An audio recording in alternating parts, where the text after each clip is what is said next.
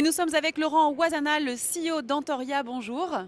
Toujours sur le plateau de News Assurance Pro au sein de ce salon des journées du courtage. Alors première question pour vous Laurent Ouazana, quelles sont les ambitions d'Antoria? Alors, je crois qu'il faut d'abord se rappeler qu'Antoria est un courtier grossiste, donc distribution exclusivement intermédiaire, avec une clientèle finale de professionnels, artisans, commerçants, professions libérales, gérants de sociétés, et sur les deux pieds, j'allais dire, assurance de personnes et IRD. Ça c'est important parce qu'on est dans une époque où la vie est envahie de notions comme la digitalisation, comme l'intelligence artificielle, et nous maintenons que nos programmes d'assurance professionnelle doivent être, enfin en tout cas nécessitent un conseil de proximité des courtiers d'assurance. Alors il nous appartient ensuite de s'emparer des nouvelles technologies pour les aider à accompagner les problématiques de leurs clients.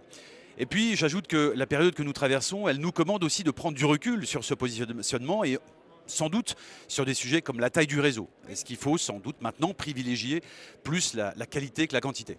Et en termes de développement commercial et d'accompagnement du réseau, quels sont les projets, les objectifs?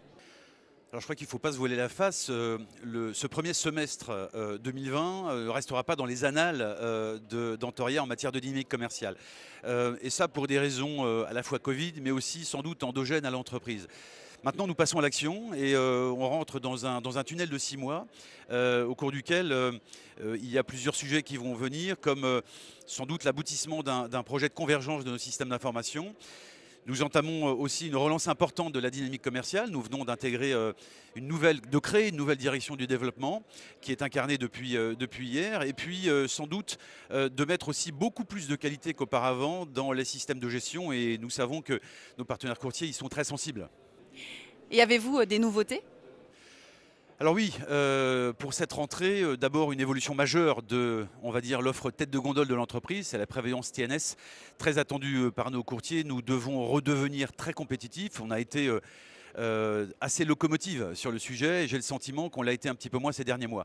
Deuxième chose, nous relançons, puisqu'on l'avait lancé juste avant la crise, nous relançons une MRP, multirisque professionnel, sur le côté IRD, une assurance dommage-ouvrage qui va venir compléter la responsabilité civile décennale d'ici quelques semaines.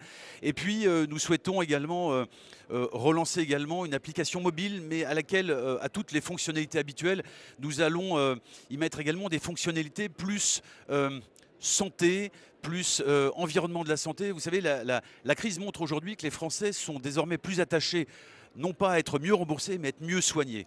Donc je pense qu'il faut absolument réfléchir à ces sujets et sans doute que les applications mobiles doivent aller vers un positionnement de compagnons santé. On suivra en tout cas tous ces projets, toutes ces évolutions avec cette application mobile notamment. Merci beaucoup, Merci beaucoup. Laurent Ouazana. Merci. Et merci à vous de nous avoir suivis. On se retrouve très vite pour de nouvelles interviews, toujours sur le Salon des journées du courtage.